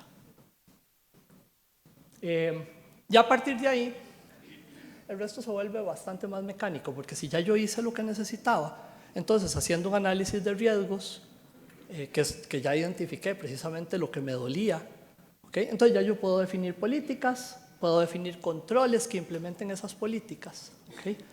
Hay veces que en algunos sistemas el proceso de aseguramiento empieza por aquí, o sea, este es el último paso. O sea, se compran soluciones en donde llegan y montan controles de seguridad y todo el proceso para atrás no existe. Y la gente cree que está segura. Sí, tal vez en algunas cosas, porque de nuevo, o sea, hay cosas que pues, se hicieron para hacer seguridad, entonces evidentemente no van a ser totalmente inútiles. Pero por eso es que de un momento a otro dice, se me metieron. ¿Y por dónde? Si yo tenía el firewall, por ejemplo. ¿Lo ves? ¿Ok? Entonces, bueno, queda la moraleja ahí de las 3 cajitas de arriba, que son realmente las que me interesaba proponer. Y ya se me acabó el tiempo, ¿verdad? Porque me queda una filmina. ¿Así? ¿Ok? El problema sigue siendo más complejo todavía. Cuando hacemos seguridad, no solo la dimensión del espacio nos interesa el tiempo, y entonces también necesitamos hacer seguridad muchas veces y decidir si la hacemos antes, durante o después de los eventos de seguridad. Entonces la cosa se multiplica por 3 en nivel de dificultad, fácil, ¿verdad? O sea, es complicado. Y esta es una idea nueva, esta no la van a haber visto en ningún lado. No le cuenten a nadie, ¿cómo es? Sí, estamos trabajando una propuesta que le llamamos cadenas de objetos. Vean que cuando hablamos de seguridad, entonces empezamos a hablar del teléfono, de la información, del sistema operativo, de las aplicaciones. Y son un montón de chunches diferentes. ¿Cómo se aseguran? Bueno, resulta que hay relaciones entre ellos y entonces yo puedo atender, por ejemplo, un proceso de aseguramiento solo de la información, ese lo van a encontrar documentado en estándares, pero también puedo encontrar procesos de aseguramiento de la infraestructura tecnológica. Bueno, resulta que si yo establezco una cadena de objetos, puedo establecer relaciones que ayudan precisamente a definir cómo se relacionan, por ejemplo, que digo, necesito confidencialidad de la información en un cierto sistema. Entonces, me fijo cómo proteger la información, por ejemplo, cuando esté almacenada, pero eso me lleva a que un objeto diferente, que es, por ejemplo, la aplicación de software que la manipula, también necesita algún servicio de seguridad. Por ejemplo, que la aplicación sea íntegra para lograr obtener la confidencialidad de la información. O que el sistema operativo que gestiona la aplicación también lo sea. O que el computador que contiene al sistema operativo y a la aplicación también lo sea. Entonces hay dentro del modelo que venimos trabajando, estas son cosas que estamos empezando apenas a proponer digamos a nivel general. Esto ayuda a simplificar el proceso porque esa nube de piezas que no entendemos cómo se relacionan unas con otras se simplifica y entonces yo me puedo enfocar en la información, en las aplicaciones de software, en los sistemas operativos, en la infraestructura tecnológica, en la persona. Por ejemplo, privacidad de las personas. Terminamos siendo parte de los sistemas. O sea, si yo delimito que mi sistema, y estoy yo incluido, ¿por qué? Porque va a mi privacidad. La privacidad se preserva de forma directa cuando me protegen algo a mí. Pero cuando es mi información que está en un sistema, ya ahí no es un proceso directo, es indirecto. Necesito que se preserve la confidencialidad de esa información para que mi privacidad sea la que yo necesito. ¿Lo ven? Entonces, de nuevo, el modelo lo que hace es intentar ser iterativo y desgranar el problema de la seguridad en piezas, pero vean que yo pienso que tal vez con los mensajes que les dejé se pueden por lo menos sentar a pensar en cuál es el problema que ustedes tienen por resolver y qué es lo que les preocupa y posiblemente podamos mejorar un poquito. Creo que eso sería lo que tengo. Sí.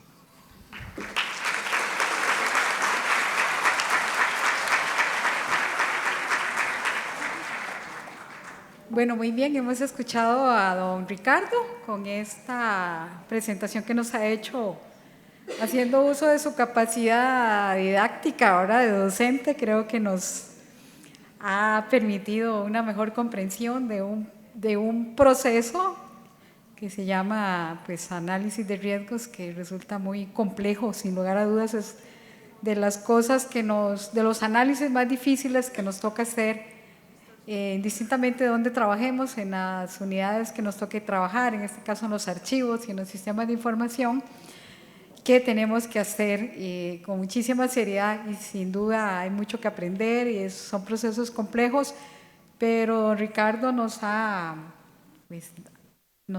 hecho sentir que es muy sencillo, ¿verdad?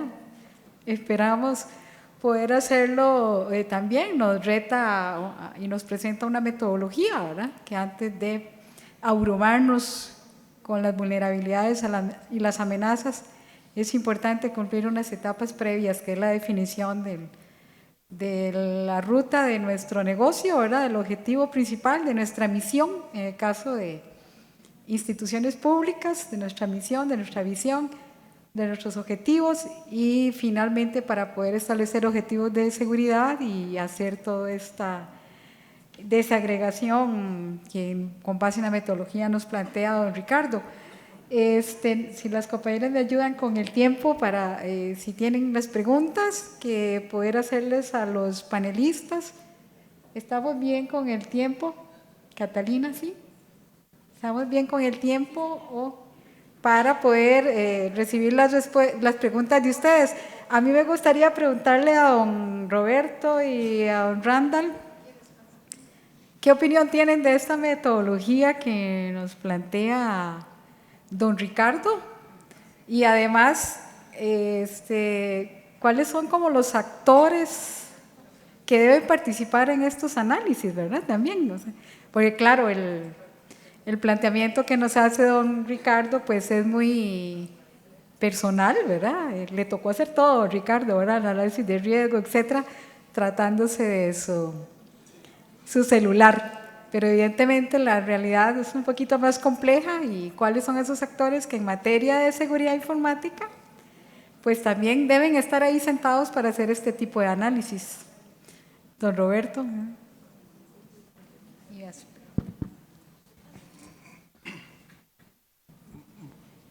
Creo que uno de los puntos fundamentales y que efectivamente como explica Ricardo, que a nivel personal es parte de las actividades de ciberseguridad que tenemos que hacer y a nivel institucional pues obviamente es parte también. Al final toda la institución debe en alguna medida tener claro cuál es su core de actividades que tiene que proteger y cómo lo va a proteger. Esa previa actividad de análisis de qué es lo que tiene, cómo lo va a implementar y cómo piensa y qué es lo importante para hacer y cómo protegerlo de cada distinta unidad o cada distinta sección de la institución, es un trabajo en conjunto en que todos al final tienen que participar, independientemente del área. A veces pensamos que TI tiene que resolver todo, que TI al final es una participación de todos los funcionarios de cualquier nivel que va a tener que velar por la seguridad que tenga su información, dependiendo de las labores que esté realizando y dependiendo del proceso que realiza, qué va a proteger y cómo lo puede hacer, porque si no, siempre alguno de la cadena va a ser vulnerable. Y siempre lo hemos visto de las experiencias, que donde menos pensamos es donde estuvo el punto frágil y es donde ocurre algún tipo de incidente, donde ocurre algún tipo de fuga de información, donde ocurre algún problema a veces ni contemplado. Y entonces todos al final tiene que verse en la cadena de procesos cómo va a participar para proteger pues, la información principalmente o algún otro tipo de infraestructura que tenga dentro de la institución. Sí, bueno, Ricardo lo sabe, no es un proceso sencillo, es complejo. Todos los sistemas, vamos a ponerlo así, todos los sistemas de información, no decir sistemas autónomos, son muy particulares, cada uno entre sí mismo.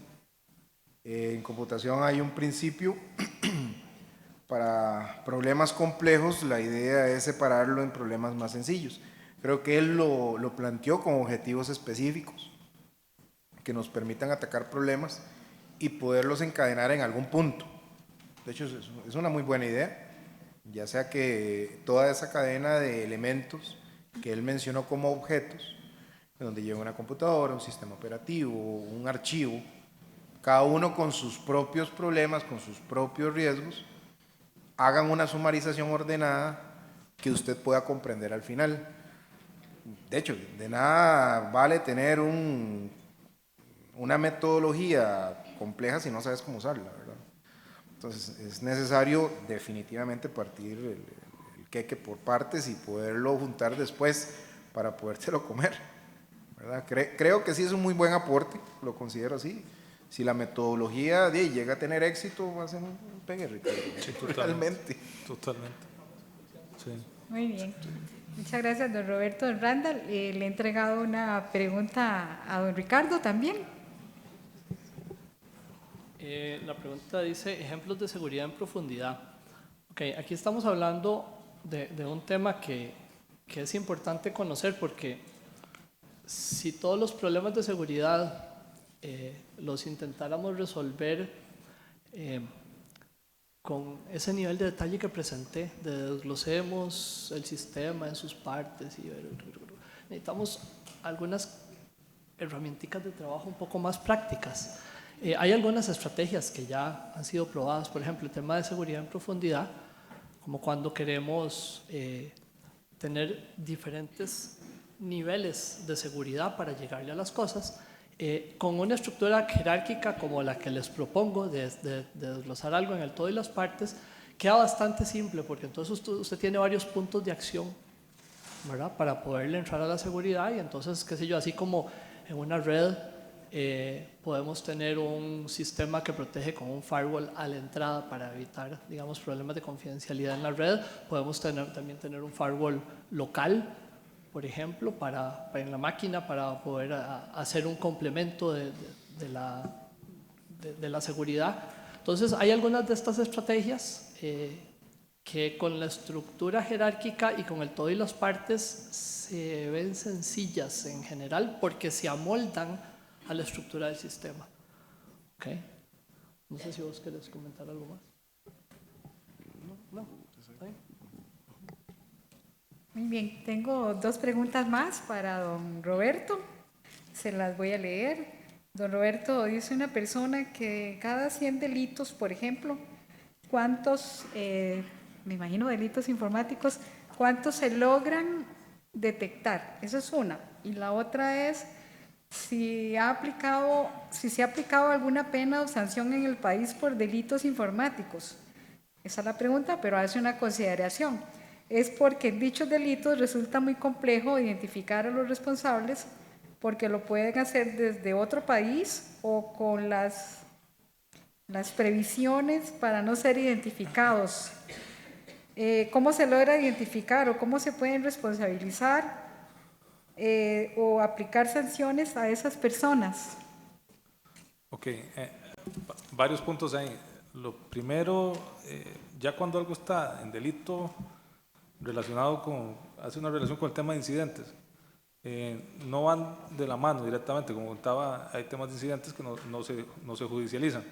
La estadística específicamente no la manejo porque no estoy directamente en el área judicial, el CECIR no realiza labor judicial, para eso está la sección de delitos informáticos del organismo de investigación judicial, que es el que lleva las investigaciones propiamente de delitos informáticos, más cualquier otro delito donde haya tecnología. Imaginarán que ahora cualquier delito incluye tecnología. Toda la sección de delitos informáticos tiene realmente mucha labor, además de los delitos informáticos. Pero sí manejo por lo menos las estadísticas recientes, donde las denuncias por estafa informática son bastantes, ya llevaban más de 400 denuncias por estafa informática. Uno de los delitos que más está ocurriendo en el país, tristemente, es el tema con pornografía infantil en la red y distribución de pornografía infantil. Ese es un gran problema que está teniendo el país y refleja que hay consumo en el país de pornografía infantil y que un montón de gente está en grupos y distribución, que eso está siendo un gran problema. Igual hay delitos que ya se están denunciando por suplantaciones de identidad, suplantaciones de páginas electrónicas, pero los dos principales en este momento van relacionados con temas monetarios, que son los temas de estafas informáticas, temas con tarjetas, etcétera, y el tema de pornografía infantil, que es un enorme problema que se está teniendo. ¿Qué pasa con la persecución? Efectivamente es más compleja, puede ocurrir desde otros países, puede ocurrir desde cualquier lugar.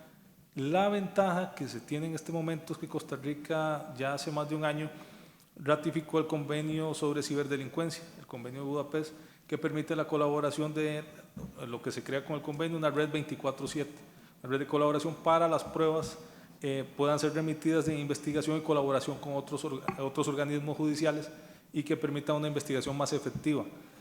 Sí, hay condenas por temas de estafas informáticas, sí hay condenas por suplantaciones, sí ha existido condenas por otros tipos de delitos, otros todavía no han sido estrenados, en el sentido de que tal vez la gente no conoce que puede denunciarlos y no ha acudido, pero ya en Costa Rica hay gente con condenas relacionadas con violación de comunicaciones, estafas informáticas, suplantaciones de identidad y otros tipos de delitos informáticos que ya están en nuestro código. Creo importante que ya la gente, conociendo estas figuras, pues puede proceder a denunciarlas, y las instituciones también, como persona jurídica, puede ir a denunciar ciertas situaciones que les estén pasando, que muchas veces no conocen, que pueden ir a darlas a conocer. Pero sí es más complejo la investigación, y algunos tipos de acciones delictuales pueden quedar en que la investigación no llegue a lograr determinarlo, pero las herramientas jurídicas van modernizándose junto, obviamente, al tema tecnológico, para lograr ser más efectivas. Si es más lento, si cuesta más, pero para eso ya tenemos gente en la sección de delitos informáticos y estos convenios internacionales de cooperación que buscan una acción más coordinada a la hora de investigar en otros países delitos que estén ocurriendo hacia afuera o que nos estén ocurriendo directamente. Muy bien. Bueno, qué lamentable esas estadísticas, ¿verdad?, de delitos por ese tipo de situaciones. Pero nada, animarnos para seguir adelante y hacerlo bien. Muchísimas gracias a don Roberto, a don Randall y a don Ricardo por habernos acompañado el día de hoy y compartir esos conceptos, esos ejemplos y esas propuestas metodológicas de cómo abordar este tema. Muchísimas gracias. Un aplauso para nuestros panelistas.